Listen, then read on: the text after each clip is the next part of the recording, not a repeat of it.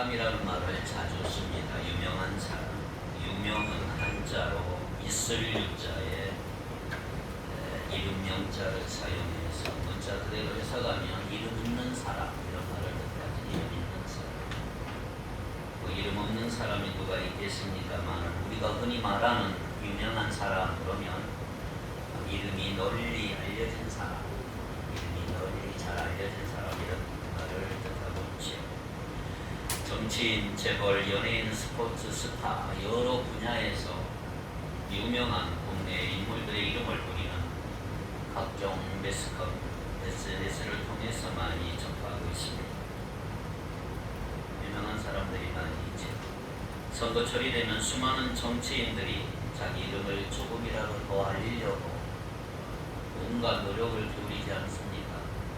장사하는 사람들은 자기 가게나 업체 이름을 홍보하기 위한 수단 방법을 가리지 않습니다. 이와 반대로 이름이 나쁘게 알려지는 거 모두가 다도 얼마나 경계합니다. 문제 있는 사람이나 업체로 이름이 한번 뇌리에 각인되면 나쁜 이미지를 지우기가 어렵기 때문에 나쁘게 인식받는 것은 아주 싫어하죠. 그러나 여러분 세상의 유명세는 얼마나 허무한지 모릅니다. 유명하다고 하는 것은 너무나 허무한 것입니다. 시간이 가면 금방 잊어버립니다. 예를 들어 10년 전 우리나라 중앙행정기관의 장관이 누구였는지 기억하는 사람이 얼마나 될까요? 한 세대 전에 스포츠 스타나 유명한 배우 재력가 이름을 기억하는 사람 몇 명이나 될까요? 세상에서 제 아무리 유명한 이름이라도 몇십 년의 세월이 흐르고 나면 역사책이나 역사책이나 기념비에서나 찾아볼 수 있는 그런 이름으로 될 수밖에 없는 것입니다. 한때 존경받고 칭찬받았던 이름이 한순간에 모두가 욕하고 피하는 이름으로 전락한 사례도 얼마나 많습니다. 우리나라에서는 유명한 이름이라도 다른 나라, 다른 문화권으로 가면 사람들이 별로 알아주지 않는 경우도 많이 있습니다. 그래서 세상의 유명세는 허무하다는 거예요. 그러나 여러분 세월이 흐를수록 더 빛을 발하는 이름, 어느 나라, 어느 문화권으로 가도 고개가 모두 끄덕이는 이름, 정말 유명한 이름이 있습니다. 바로 예수 그리스도이십니다.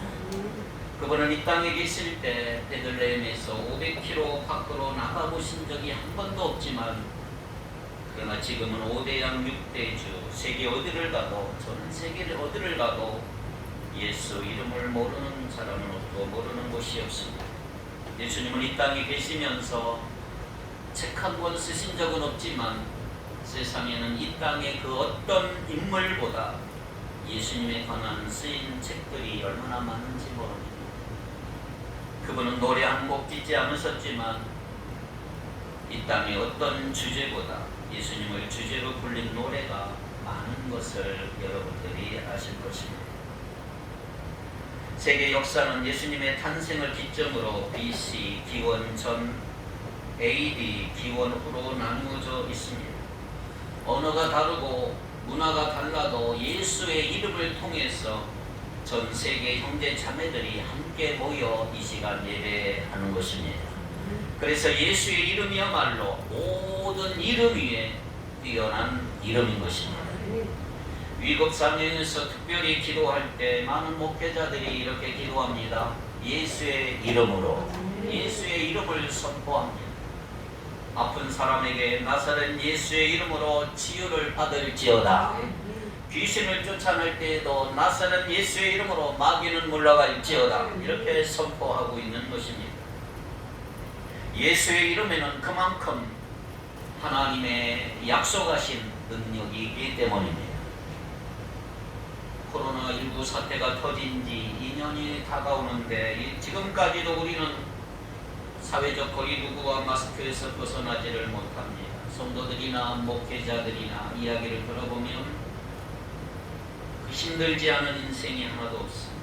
그래서 오늘 우리에게는 세상 밖의 힘이 필요한 것입니다. 예수 이름에는 죽은 자를 살리고 절망하는 자를 다시 일으키는 신비한 힘이 있는 것입니다. 모든 이름 위에 뛰어난 이름, 그 예수의 이름을 사랑하고 그 이름을 높이며 사시기를 바랍니다. 우리 모두 예수의 이름으로 승리하시기를 바랍니다. 할렐루야. 자, 오늘 첫 번째 본문을 볼까요? 아들을 낳으리니 이름을 예수라 하라. 이는 그가 자기 백성을 그들의 죄에서 구원할 자이심이라 하니라. 이 말씀은 예수님이 아직 마리아의 태중에 있을 때, 임신 중에 있을 때 천사가 마리아 약혼자 요셉의 꿈에 나타나서 들려준 메시지입니다. 하나님께서는 예수라고 하는 이름을 주시면서 그 이름에 담긴 예수님 인생의 핵심 사명을 주셨어요. 핵심적인 사명. 그 사명이 뭐예요? 자기 백성을 그들의 죄에서 구원하는 것입니다.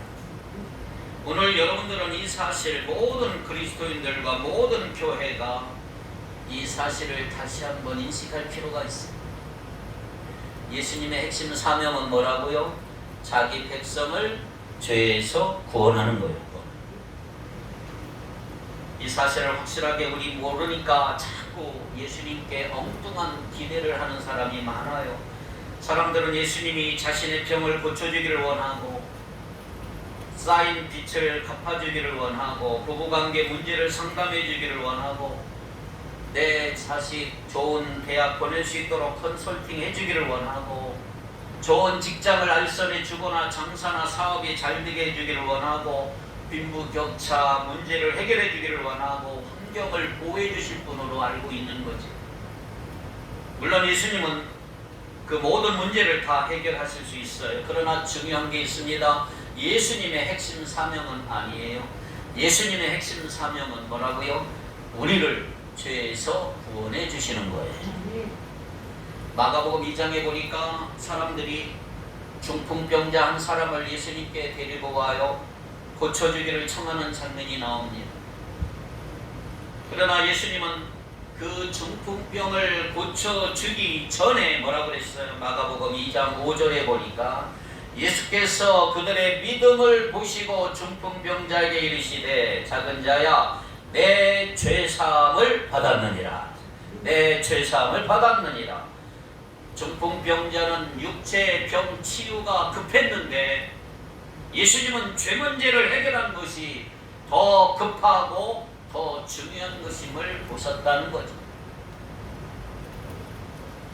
오늘날 많은 사람이 중풍병자처럼 죄 문제를 해결하지 않고 바로 자신에게 급한 문제를 해결하는데 자꾸 예수님을 끌고 가고 있는 거예요. 마치 예수님을 축복 자판기로 취급하는 것과 같아요. 복 나와라 뚝딱 그러면 예수님이 복을 주시는 것처럼. 그러나 예수님은요, 우리의 죄 문제를 다루지 않고서는 결코 우리 인생의 어떤 문제도 개입하지 않으신다는 거죠. 예수님은 우리 삶에 일어나는 여러 문제의 현상이 아니라 뿌리를 가장 먼저 다루기를 원하십니다. 그것이 바로 죄 문제죠. 오늘 우리가 인생에 겪고 있는 모든 나쁜 일들은 다 죄에서 시작이 됩니다. 죄. 인간의 모든 문제가 죄에서 시작이 됐어요. 죽음의 문제, 테러와 전쟁의 문제, 고통의 문제, 갈등과 미움의 문제, 환경 파괴의 문제, 모든 문제가 죄에서 시작이 된 것입니다. 어쩌면 우리는 지금 우리 자신이 저지른 죄의 대가를 치르고 있는 줄도 모르고 다른 사람이 저지른 죄의 대가를 함께 치르고 있는지도 모른다는 말이에요. 미세먼지가 가득한 도시에서는 할 수 없이 나쁜 공기 마시며 살아가야 돼요. 죄로 가득한 세상에서 우리는 할 수 없이 죄의 먼지를 마시며 살아가는 거예요. 그렇습니다. 죄는 우리를 마귀의 노예가 됩니다. 죄는 우리의 힘으로 저항할 수 없는, 보이지 않는 무서운 힘입니다. 도박으로 집안이 망한 사람이 도박을 끊어보려고 오른손 끊었는데 다음날 왼손으로 화투장을 잡고 있는 자신을 보고 절망했다는 얘기죠. 도박만 그럴까요? 게임 중독, 음란 사이트에 중독된 사람, 습관적으로 거짓말하고 남을 해코지하는 사람들은 아무리 끊으려고 해도 안 되는 자신의 모습에 얼마나 절망하고 있는지 몰라서 못 끊는 게 아니에요. 우리 죄 뒤에는 마귀의 권세가 역사하는 거예요. 한번 걸리면 절대로 놓아주지 않는, 두고 나에게 수갑을 채워버리는 악한 존재가 있다는 것입니다. 아주 사악한 존재가 있다는 거예요. 알다시피 죄는 두 가지가 있죠. 근본적인 죄가 있고 실제적인 죄가 있습니다. 실제적인 죄는 물건을 훔치고 거짓말하고 남을 해코지하는 겉으로 드러난 우리 각자의 죄 행위들을 말합니다. 구체적인 죄들을 말합니다. 그러나 이 근본적인 죄는 뭐냐? 인간 속에 내재되어 있는 근원적인 죄를 말합니다. 하나님이 아닌 자신이 자기 인생의 주인이 되려고 하는 그 마음, 하나님의 말씀에 불순종하고 자기 욕심을 따라서 자기 마음대로 살아가려고 하는 그 마음, 그 죄로부터 이 세상의 모든 실제적인 죄들이 쏟아져 나온 거예요. 쉽게 말하면 근본적인 죄는 지시를 내리는 대장이고요, 실제적인 죄들은 그것을 행동으로 옮기는 부하들이에요. 그러므로 이 근본적인 죄가 일만하게 뿌리라고 말하고 있습니다. 일만하게 뿌리. 근본적인 죄의 뿌리를 뽑아야 우리는 죄를 해결할 수가 있단 말이에요. 이 근본적인 죄를 우리는 원죄라고 말합니다. 오리지널 신, 근본적인 죄. 이 죄 때문에 우리가 죽는 거지. 성경은 모든 인간에게는 태어날 때부터 가지고 있는 이 원죄가 있다. 이건 대대손손 유전되는 거지. 로마서 3장 10절에 보니까 이렇게 얘기합니다. 기록된 바 의인은 없나니 하나도 없으며 의인은 없어요. 우리는 모두 죄 가운데 태어나서 영원한 지옥으로 가게 되어 있는 것입니다. 죄는 중력과도 같아 우리 힘으로 절대 벗어날 수가 없습니다. 죄의 바이러스는 우리의 영혼을 너무나 철저하게 오염시켜버린 거예요. 그래서 죄로 물든 인간은 마치 망가진 기계와 같아서 선을 행할 수 있는 능력이 전혀 없습니다. 자신을 구원할 수 없는 무기력한 존재, 그게 바로 인간이에요. 그래서 하나님은 우리 인간을 보시니까 너무 가슴이 아프신 거예요. 예수님을 보내셔서 하나님의 백성을 죄에서 구원하기를 원하신 거예요. 하나님이 보시는 인간의 핵심 문제는 뭐냐 하면 모든 문제의 뿌리는 바로 죄 문제이기 때문에, 그래서 하나님은 하나님의 아들 예수님을 보내시기까지 하셔서 이 죄 문제를 확실히 해결하고자 하신 거란 말이에요. 그런데 문제는 오늘날 사람들은 죄라는 단어를 굉장히 불편해하고 쓰기를 싫어해요. 그래서 자꾸 다른 표현을 써요. 실수했다는, 상처받았다는, 성격 차이라든 취향의 차이라든 문화적 편견 같은 말들을 더 좋아하고 더 선호합니다. 특별히 현대인들이 죄 대신에 잘 쓰는 말은 정신병으로, 정신적으로 병을 앓고 있다, 이렇게 얘기를 합니다. 1981년에 로널드 레이건 전 미국 대통령을 총으로 저격한 존 헝글리라는 사람이 있어요. 이 사람이 2016년에 35년 만에 영구 석방이 됐다는 뉴스를 접하고 좀 충격을 받았습니다. 많은 사람들이. 1981년에 대통령에게 총을 쐈어요. 관통상을 입어서 총알이 뚫고 나가서 다행히 죽지는 않고요. 백악관 대변인, 경호원, 경찰에게도 총을 쐈어요. 그런데 그는 정신 이상 판정을 받아 무죄를 선고받고 교도소가 아니라 병원에 35년에 병원에 있다가 석방이 됐습니다.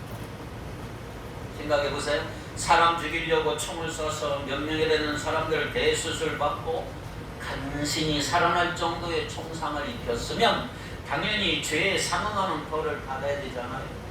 그러나 어떻게 정신병이 있으니 이해해줘야 한다라고 할 수 있을까? 죄의 개념을 희석해 버리니까 이제 여러분들은 피해자 인권보다는 가해자 인권을 더 배려하는 이상한 세상이 되어버리는 거예요. 이제는 자꾸 그렇게 되는 거예요. 성도들이 죄라고 하는 말을 싫어하니까 자꾸 자연스럽게 교회들이 회개를 강조하지 않아요. 오늘 목회자들도 죄 문제 정확히 다루며 회개를 설교하기보다는 적극적 사고방식이 좋다, 자기개발, 치유와 상담 쪽으로 설교하고 목회자는 분들이 많이 있습니다. 그런데 희한하지요. 그렇게 하면 할수록 목회는 점점 힘을 잃어가고 교회들도 점점 위축되어가는, 힘이 없으시. 그렇게 될 수밖에 없는 것이, 죄 문제를 확실히 다루지 않는 것은 복음에 물을 타는 것과 같은 거예요. 자신의 죄를 확실히 인정하고 회개하지 않는 자에게 예수의 이름의 용서가 주어질 수 없고, 용서받지 못한 심령은 무력한 존재가 될 수밖에 없는 거예요. 여러분 기억하세요. 하나님은 죄를 죄로 보시는 거예요. 하나님의 자녀된 우리도 죄를 죄로 보시기를 바랍니다. 상처니 실수니 취향이니 정신병이니 하는 말로 죄를 미워하거나 정당화해서는 안 된다는 거죠. 죄는 죄입니다. 예수의 이름이 자기 백성을 그들의 죄에서 구원할 자인데, 죄를 죄로 보지 않는 사람에게 예수의 이름이 무슨 능력이 있겠어요? 것이 없는 거예요. 아이가 밖에서 놀다가 넘어졌어요. 다리까지 다쳐서 피가 나고 울면서 집에 돌아온 아이에게 엄마는 무조건 약부터 발라주지 않아요. 일단 더러운 흙을 다 아이 다리에 씻어내고 물로 소독을 깨끗이 씻어내고 그 다음에 소독을 하고 약을 발라주는 거죠. 하나님께서는 먼저 우리 죄를 씻어내시고 나서 우리 인생의 여러 문제들을 치유해 주시는 거예요. 정결하게 되지 않고는 치유가 있을 수 없어요. 그래서 죄 문제 해결이 가장 시급하고 가장 중요한 거예요. 문제는 뭐예요? 죄 문제는 우리의 결심으로 해결하지 못하고 교육으로도 해결하지 못하고 시간이 지난다고 해결되는 것도 아니고 내가 좋은 일 많이 한다고 해결되는 것도 아니고 착하게 살려고 노력해서 해결되는 것도 아니라는 거지. 죄는 그냥 없어지는 게 아니고 누군가 값을 치러야 돼. 그리고 그 값은 엄청나. 죄값을 치른다 이런 말을 잘 하는데, 여러분 사람들이 생각하는 것보다 죄의 값은 훨씬 큰 거예요. 그래서 성경은 죄의 값은 뭐다? 사망이다. 죽음으로야 죄의 값을 치를 수 있다 이 말이에요. 그렇다고 아무나 죄값을 치를 수 있는 것도 아니죠. 인간은 다른 인간을 위해서 죄값을 치를 수 없어요. 살인범이 다른 살인범을 위해 대신 죽어줄 수 없듯이 인간은 다 죄인이기 때문에 자기 죄를 감당하기도 얼마나 벅차지. 죄값을 치르려면 우선 자신은 아무 죄가 없는 존재여야 돼요. 동시에 누구도 반론을 제기하지 못할 만큼 고귀한 존재야만이 죄값을 치를 수 있는 거예요. 그래서 하나님은 우리의 죄값을 죄가 없으신 하나님의 아들 예수 그리스도의 생명으로 치르신 거예요. 그렇지 않고서는 죄 문제가 해결되지를 않아요. 두 번째 본문을 볼까요? 요한 1서 2장 12절 자녀들아 내가 너희에게 쓰는 것은 너희 죄가 누구의 이름으로 그의 이름 예수의 이름으로 말미암아 사함을 받았으며, 우리 힘만으로는 죄 문제를 해결할 수가 없고 죄 문제를 해결하지 못하면 우리는 영원히 죽을 수밖에 없는 거지. 하나님의 아들 예수님의 생명이 아니고서는 죄 문제가 해결되지 않습니다. 그러니 죄라는 것이 얼마나 무서운 것입니까? 그리고 우리의 죄를 씻기 위하여 아들의 생명을 내놓으신 하나님의 사랑은 또 얼마나 엄청납니까? 그렇습니다. 예수님은 자신의 생명으로 우리의 죄값을 치루어 주셨습니다.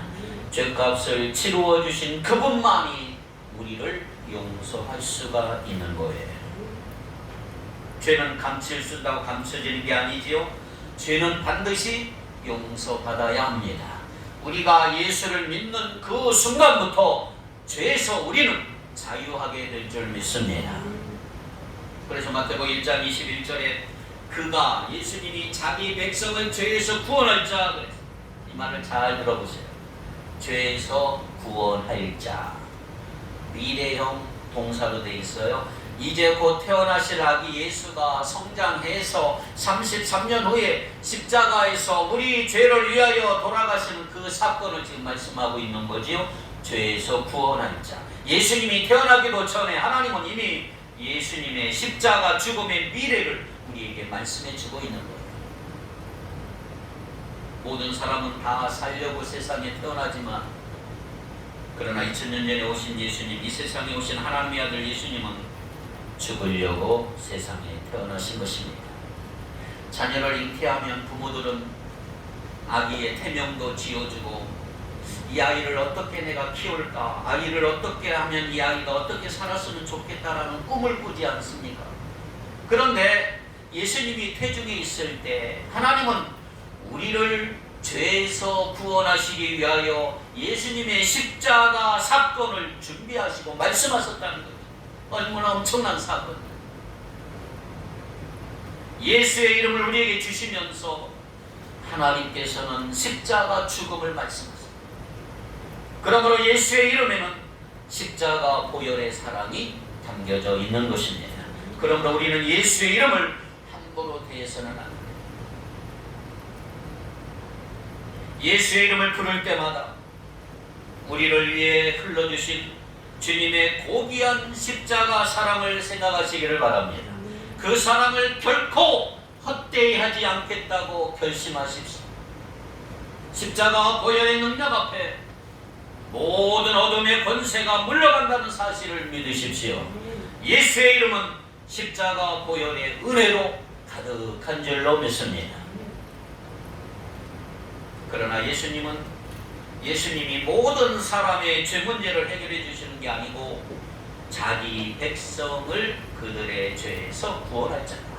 자기 백성. 우리가 쉽게 예수 믿고 구원받은 것 같지만요, 여러분 결코 그렇지 않아요. 영적인 세계에서는 엄청난 준비가 있었어요. 에베소서 1장 4절 5절 한번 읽어봅시다. 에베소서 1장 4절 5절 시작. 창세전에 그리스도 안에서 우리를 택하사 우리로 사랑 안에서 그 앞에 거룩하고 흠이 없게 하시려고 그 기쁘신 뜻대로 우리를 예정하사 예수 그리스도로 말미암아 자기의 아들들이 되게 하셨으니 아멘. 자, 이게 우리를 예정하사 선택했고 예정했다. 세상 모든 사람이 구원받는 게 아니고 하나님이 예정하신 사람들만 구원받고 하나님의 백성이 되는 거예요. 하나님이 어느 날 갑자기 아무렇게나 나를 선택하기로 결정한 게 아니고 하나님은 창세 전에 이미 우리를 선택하셨다. 이 말은 우리를 위해 이미 축복된 운명을 정해 놓으셨다. 여러분들은 축복의 통로다. 하나님이 오래전부터 이미 우리를 선택하시고 하나님의 백성으로 삼아주셨다. 그렇습니다. 놀라운 사실 아니에요? 천지 만물이 생기기 전에, 우리가 태어나기도 전에 하나님 우리를 하나님의 백성으로 선택하셨습니다. 내가 하나님을 몰랐을 때에도 하나님은 나를 사랑하고 계셨어요. 내가 세상에 태어나면서 내가 하나님을 믿지도 않고 감사하지도 않을 때부터 하나님은 믿으라고 하는 사람을 핍박하던 때에도 하나님은 나를 기다리고 계셨다. 내게 끝없이 프로포즈하고 계신 거예요. 할렐루야. 그게 예정이고 그게 선택이죠. 그렇다면 여러분 이런 생각 안 드세요? 하나님은 도대체 나의 무엇을 보고 우리를 선택하셨을까? 솔직히 하나님 안 믿는 사람 중에 우리보다 인간적으로 더 착하고 예의 바르고 훌륭한 사람이 훨씬 많은데 왜 우리를 선택했고 나를 선택하셨을까? 이것은 영원히 하나님의 선택의 영원한 미스터리라고 할 수가 있습니다. 하나님 왜 나를 선택했어요? 물어보세요. 제가 언젠가 하나님께 물어, 하나님 왜 저를 선택하셨나요? 왜 선택하셨나요? 하나님의 대답은 아주 간단해요. 그냥 사랑하니까 선택해요. 우리는 사랑받을 자격이 없는데도 하나님은 그냥 사랑하셨어요. 이 조건 없는 사랑을 우리는 은혜라고 합니다. 우리는 은혜로 선택받았고 은혜로 구원받은 거죠. 그래요. 구원의 이름 예수는 은혜의 이름이에요. 하나님 나라 그 이름으로 인하여 그 죄 많던 우리가 풍성하게도 하나님의 백성이 됐어요. 하나님 나라의 백성은 모두 다 보혈의 은혜를 통과해서 예수 이름의 은혜 아래 있는 사람들이 늘 믿습니다. 그럼에도 불구하고 예수님의 이름이 이렇게 귀한데 예수님의 이름처럼 함부로 남용되는 것도 없을 것 같아요. 특별히 우리 예수님은 그리스도인들이 너무나 쉽게 예수님의 이름을 남발하고 다니는 거예요. 너무나 쉽게 많이 불려지니까 모든 기도 끝에 예수님의 이름으로 기도합니다 라는 붙이는 이 습관이 배어있고 예수의 이름으로 질병은 치유될 것이다 라면 아멘하며 반응하지 않습니까? 그러면 예수님의 이름의 능력과 은혜를 다 우리는 누릴 수 있다고 막 생각하는 거지요. 맞아요. 예수의 이름에는 능력이 있어요. 마귀를 쫓아내고 병을 치유하고 하늘 천사의 도움을 끌어오고 하나님의 마음을 움직여서 치유와 기적과 회복과 부흥을 가져오게 하는 힘이 있다는 말이에요. 그런데 예수 이름의 그 모든 능력을 누리려면 조건이 있어요. 우리가 그냥 그 능력을 누리기 위해서는 반드시 하나님이 정하신 방법으로 우리 죄를 고백해야 되고 예수 보혈의 은혜로 용서받음으로 죄의 문제를 해결해야 된다 이 말이에요. 그리고 남은 생애를 우리의 모든 죄를 사하신 그 주님의 은혜 안에서 살아야 한다는 거지. 그래야만 예수 이름의 권세를 주장할 수 있는 것입니다. 세 번째 본문 볼까요? 고린도전서 6장 11절 너희 중에 이와 같은 자들이 있더니 주 예수 그리스도의 이름과 우리 하나님의 성령 안에서 씻음과 거룩함과 의롭다 하심을 받았느니라. 자, 이 말씀에서 중요한 포인트, 예수의 이름은 우리를 거룩해 하는 이름이다. 오늘 우리 그리스도인들에게는 거룩은 옵션이 아니에요. 선택이 아니에요. 거룩은 죽느냐 사느냐 문제입니다. 거룩은 우리에게 있어서 생명이에요. 생명. 코로나 바이러스 사태 때문에 사람들이 얼마나 청결에 신경을 씁니까? 몸에 바이러스가 들어오면 치명적이라고 하는 걸 알기 때문에 습관적으로 하루에 몇 번씩 손을 씻고 마스크를 쓰고 소독을 하며 청소를 해요.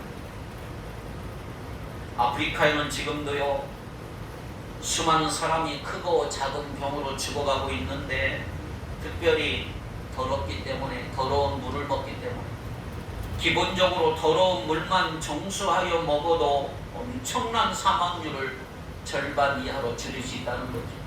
청결이 생명과 직결되입니다. 그래서 여러분 거룩은 생명이에요. 살고 싶으면 영적으로 정결해져야 돼요. 죄라고 하는 바이러스에 오염되면 내 영혼이 병들고 죽을 수 있어요. 목숨을 걸고 싸워서 내 안에 있는 죄를 몰아내야 돼요. 그러나 죄는 인간의 노력으로 싸워 퇴치할 수 있는 게 아니고 오직 예수 그리스도의 보혈의 능력으로 죄를 쫓아낼 수 있는 거예요. 예수 이름은 그 이름에 담긴 보혈의 십자가 보혈의 능력으로 우리를 정결케 하는 힘이 된다는 거죠. 한 걸음 더 나아가 거룩은 생명의 문제인 동시에 능력의 문제, 능력의. 거룩해야 영적인 능력이 생기는 거예요. 하나님 우리를 구원하신 것은 단순히 우리를 지옥에 가지 않게 하기 위해서가 아니고 하나님이 우리를 구원하신 것은 우리를 통해 하나님의 일을 하시기 위한 거예요. 하나님의 나라를 확장해야 되고 거룩한 영향력을 펼침으로 하나님의 영광을 드러내는, 그래서 우리를 선택한 줄로 믿습니다. 어둠의 세력을 몰아내는 강하고 아름다운 그리스도의 군대로 세우려고 하는 것이 바로 우리를 구원하신 목적입니다. 이를 위해서 강한 능력이 필요한데 교회의 능력은 어디서 오느냐? 거룩에서 온다. 거룩을 이루면 시도 때도 없이 사탄에게 밀려요. 백전백패. 자꾸 불안하고 답답해하고 아무리 기도해도 무기력한 거예요. 거룩이 없는 거예요. 성경에 보니까 교회는 그리스도의 신부라. 신부는 목숨 걸고 순결을 지켜야 하고 교회는 목숨 걸고 거룩을 지켜야 된단 말이에요. 우리는 예수 이름 안에 담긴 십자가 은혜로 정결케 함을 체험하는 여러분 되기를 바랍니다. 예수의 이름을 통해서 성령께서 우리 삶의 모든 영역 속에서 거룩을 부어주시기를 기도하십시오. 그래야 영적 능력이 회복되는 거예요. 거룩은 하나님의 임재 앞으로 우리를 데려다주는 통로입니다. 죄는 하나님과 우리 사이에 틈을 만들어냈어. 엄청난 틈이에요. 처음에는 조그만 틈이었는데 점점점 틈이 만들어져. 자기 태양으로부터 멀리 떨어질수록 춥고 어둡듯이 말이에요. 하나님으로부터 떨어질수록 우리 인생이 비참해져요. 그러나 예수님은 예수님의 십자가 은혜가 그 틈을 메꿔주는 거예요. 이제 우리는 예수의 이름의 은혜로 날마다 하나님께 더 가까이 가서야 합니다. 하나님은 거룩하시기 때문에 내가 하나님께 가까이 가려면 우리도 거룩해져야 돼요. 왜 하나님이 가까이 가는 게 중요하느냐? 하나님의 임재 앞으로 가까이 가야 하나님과 깊은 교제를 나눌 수가 있는 거예요.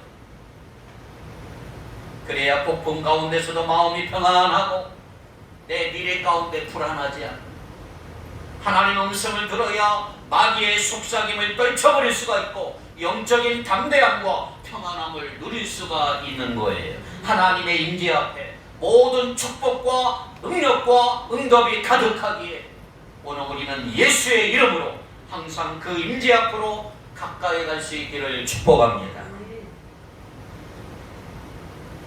코로나19 같은 병에 일단 걸리면 치료하는 것이 얼마나 힘듭니까? 그래서 의학자들은 한결같이 예방의 중요성을 강조하고 있고 이를 위해서는 면역력을 키워야 한다라고 말합니다. 여러분, 죄가 바이러스라면 죄로부터 우리를 지키는 면역력은 바로 예수의 이름입니다. 그 이름에 담긴 십자가 보혈의 은혜인 줄 믿습니다. 이제부터 우리는 항상 그 은혜 안에 잠겨 살아야 돼요.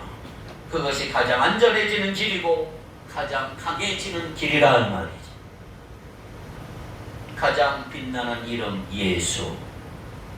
예수님으로 인하여 한 주간 여러분 구원받고 능력받고 은혜 속에 살아가며 날마다 승리하는 저와 여러분이 되기를 주님의 이름으로 축복합니다.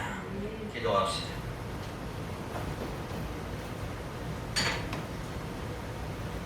거룩하신 하나님, 우리가 예수의 이름을 부를 때마다 우리를 죄에서 구하기 위해 이 세상에 오신 그 지구한 사랑을 기억하며 감격하며 감사하기를 원합니다.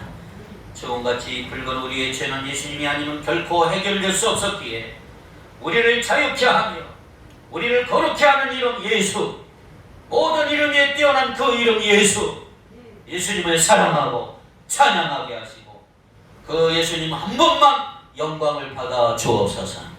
예수님 이름으로 기도합니다. 아멘.